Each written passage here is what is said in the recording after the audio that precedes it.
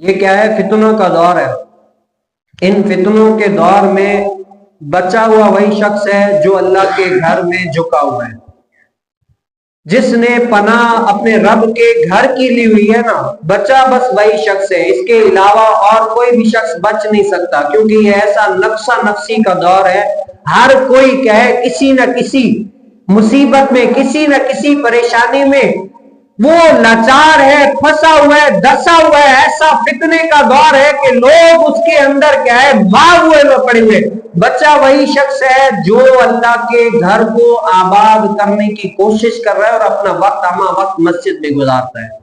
میں آپ کو بتاؤں، حضرت سیدنا عمر بن خطاب رضی اللہ تعالیٰ عنہ اسی طریقے سے صحابہ کرام رضی اللہ تعالیٰ اجمعین کے بیچ میں بیٹھے ہوئے تھے نا، تو عمر بن خطاب نے پوچھا کہ بتاؤ نبی کریم صلی اللہ علیہ وسلم کی فتنوں والی احادیث مبارکہ تم میں سے سب سے زیادہ کس کو یاد ہے؟ یعنی حضور علیہ السلام نے جو فتنوں کے متعلق احادیث مبارکہ فرمائی ہے، ارشادات فرمائے ہیں، وہ بتاؤ اے صحابیوں تم لوگوں میں سے سب سے زیادہ وہ فتنوں والی احادیث کس کو یاد ہے؟ تو ان میں سے حضرت سیدنا حذیفہ رضی اللہ تعالیٰ عنہ کہتے ہیں کہ اے عمر بن خطاب، سب سے زیادہ فتنوں والی احادیث مبارکہ مجھے یاد ہے، یعنی میں جانتا ہوں سب سے زیادہ، اور منوان ایسے ہی یاد ہے جیسے نبی کریم صلی اللہ علیہ وسلم نے فرمایا۔ تو عمر بن خطاب نے فرمایا تم بہت بڑے جری ہو۔ جری کا مطلب یعنی بڑی جرت کی ہے تمہیں، بالکل ایسے ہی یاد ہے، اتنے صحابہ کرام کے بیچ میں تم نے یہ جرت کی ہے، ماشاءاللہ تعجب ہے، قابل تحسین ہے۔ تو فرمایا کہ اے حذیفہ رضی اللہ تعالیٰ عنہ بتاؤ کہ کون سی فتنوں والی حدیث میرے نبی کریم صلی اللہ علیہ وسلم نے فرمائی؟ تو حضرت سیدنا حذیفہ رضی اللہ تعالیٰ عنہ کہتے ہیں، خوبصورت الفاظ، میں کہتا ہوں غور سے سننے والے، حضرت سیدنا حذیفہ رضی اللہ تعالیٰ عنہ کہتے ہیں کہ نبی کریم صلی اللہ علیہ وسلم نے فرمایا مرد کا فتنہ یہ ہے، مرد کا فتنہ یہ ہے کہ اس کے مال، اس کی اولاد، اس کے اڑوس اور اس کے بیوی بچے، یہ اس شخص کے لیے فتنہ ہے۔ کیا ہے؟ مرد کا فتنہ کون سا ہے؟ مال، بیوی، بچے، اولاد، پڑوس، یہ اس مرد کے لیے فتنہ ہے۔ اب یہ حدیث مبارکہ آگے بڑھ رہی ہے، لیکن میں رک کر ایک بات بتاؤں، یہ جب بتایا نا کہ مرد کے لیے فتنہ، اس کے مال بھی ہے، بیوی بچے بھی ہے، آل بھی ہے، اولاد بھی ہے، اور کیا ہے، پڑوس بھی ہے، یہ کیسے؟ تو یہ بتایا کہ اولاد اس کے لیے، جب بندے کو اپنی اولاد سے محبت ہو جاتی ہے نا، تو یہ نہیں دیکھتا کہ میرا بچہ ٹھیک کر رہا ہے یا غلط کر رہا ہے، وہ بس یہ دیکھتا ہے کیا کس نے، میرے بچے نے کیا، وہ ٹھیک ہے بس۔ ہر وہ بات جو شریعت سے ٹکراتی ہے وہ بھی اس کو ماننے کے لیے تیار ہو جاتا ہے، کیوں؟ میرے بیٹے نے کیا ہے۔ اور اسی طریقے سے مال فتنہ کیوں ہے؟ مال اسی لیے کہ جب وہ مال کمانے کی حرص لالچ میں آئے گا تو یہ نہیں دیکھے گا حلال ہے یا حرام ہے، جائز ہے یا ناجائز ہے، یہ کمانے کے اسباب جو میں اختیار کر رہا ہوں یہ صحیح ہے یا غلط ہے، وہ یہ نہیں دیکھے گا، بس یہ دیکھے گا کہ مجھے مال کمانا ہے۔ تو حضور علیہ السلام نے کیا فرمایا کہ یہ مال بھی اس کے لیے فتنہ ہے، اولاد بھی فتنہ ہے، اور پڑوس کیا ہے؟ پڑوس، یہ پڑوس بھی اس کے لیے فتنہ ہے۔ کیا ہے کہ ایسے الفاظ، پڑوس کو ستانا، پڑوس کے حقوق کو ترک کر دینا، یا یہ ان کے حقوق کو ترک کرے یا وہ ان کے حقوق کو ترک کر دے، یہ بھی ان کے لیے فتنہ ہے۔ لیکن حضرت سیدنا عمر بن خطاب رضی اللہ تعالیٰ عنہ نے فرمایا کہ اے حذیفہ میں اس فتنے کی بات نہیں کر رہا، میں اس فتنے کی بات کر رہا ہوں جو سمندر کی موج کی طرح آئے گا، موجوں کی طرح آئے گا۔ یعنی مجھے اس فتنے کے بارے میں بتاؤ جو نبی علیہ السلام نے فرمایا ہو، جو سمندر کی موج، آپ نے دیکھا لہروں، جب پانی میں لہر آتی ہے تو موج کس طریقے سے بڑے جاہ و جلال کے ساتھ پانی کی لہر آتی ہے تو سامنے کتنی طاقتور شے اس کو بھا کے لے جاتی ہے۔ تو عمر بن خطاب نے فرمایا کہ مجھے اس فتنے کے بارے میں بتاؤ جو سمندر کی لہروں کی طرح آئے گی اور موج ایسی طاقتور ہوگی، وہ فتنے کے بارے میں بتاؤ۔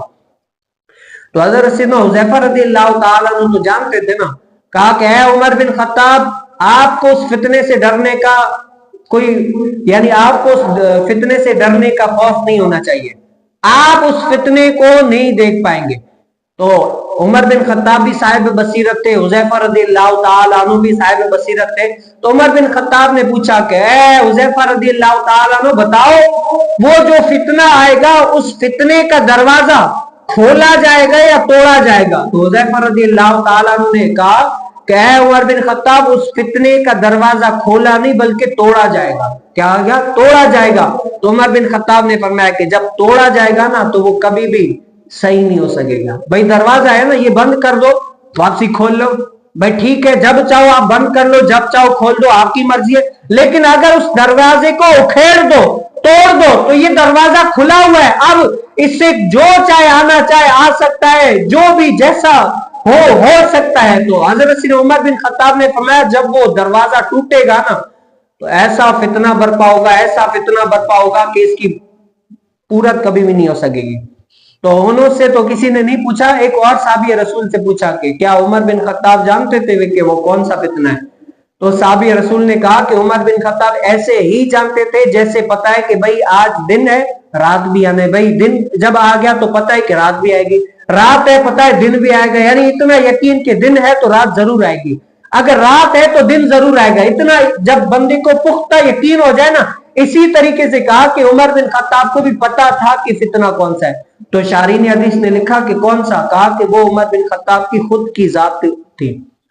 کیوں کہ جب عمر بن خطاب کا آپ کو پتا ہے دور تھا، کیسا عدل و انصاف تھا، عمر بن خطاب ایسا عدل کیا کہ ساری قوم کے اندر پتا چل گیا کہ عمر بن خطاب اگر ہم نے کچھ دین کے خلاف، شریعت کے خلاف کیا اور کوئی چھوڑے یا نہ چھوڑے، لیکن عمر کو پتا چل گیا تو عمر تو ہماری گردن کاٹ کے رکھ دیں گے، عمر تو نہیں چھوڑیں گے۔ اور ایسا عدل و انصاف کہتے ہیں کہ دریا دجلہ کے کنارے اگر بکری کا بچہ بھی مر گیا تو عمر سے پوچھائے گا۔ خشیت کا یہ عالم ہے اور عدل کا یہ عالم ہے، اگر کسی نے دین کے خلاف، شریعت کے خلاف کیا تو سر کاٹ کے رکھ دیں گے۔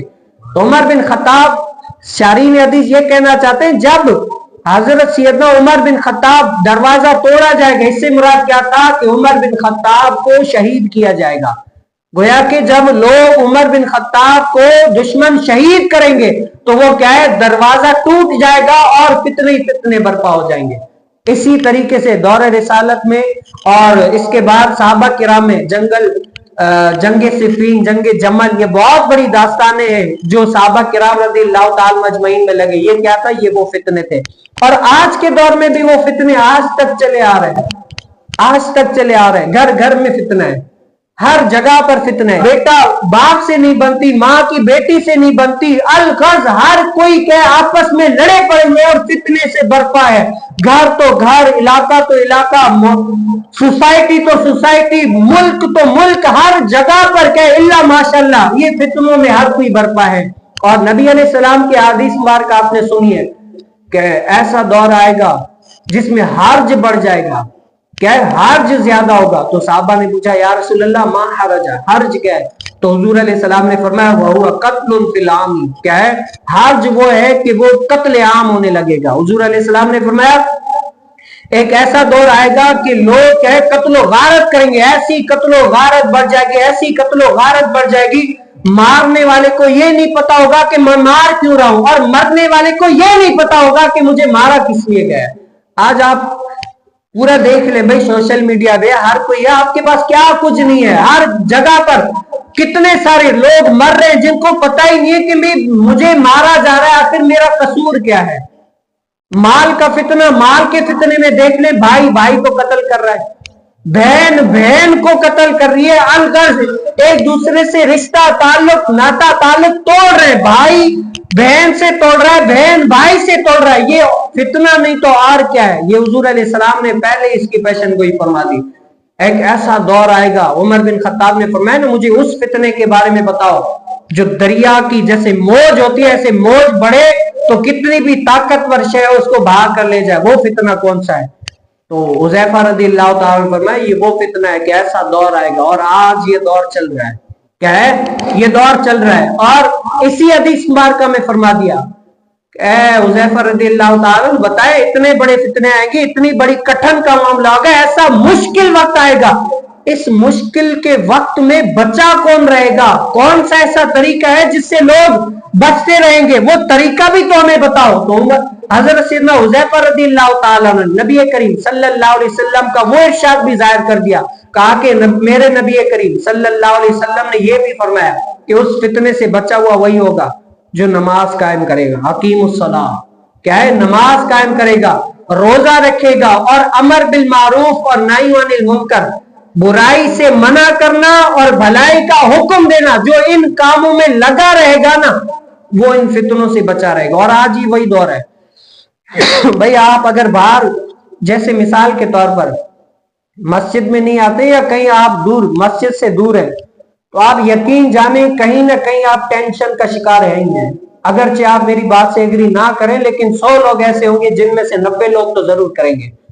بھائی اگر آپ نے مسجد کا رخ نہیں کیا ہوا نا، آپ اس در میں نہیں آتے تو کہیں نہ کہیں آپ کا ٹینشن مصیبت سے پالا پڑا ہی ہوا ہے۔ اور نبی علیہ السلام نے فرمایا ان سے نجات پانے والا وہ شخص ہے جس نے مصلی رسول کو تر کیا ہوا رکھا ہے اپنی آنسو مبارک سے، جس نے مسجد کے در پر آتا جاتا رہتا ہے، اس نے کیا اس کے دل کو اللہ تعالیٰ ایسی راحت ایسی تقویت دے دیتا ہے کہ اس کو ہر چیز سے لڑنے کا ایک ہدف مل جاتا ہے، اس کو ایک یعنی مل جاتی ہے کہ مجھے فتنوں سے کیسے لڑنا ہے، بچنا کیسے ہے۔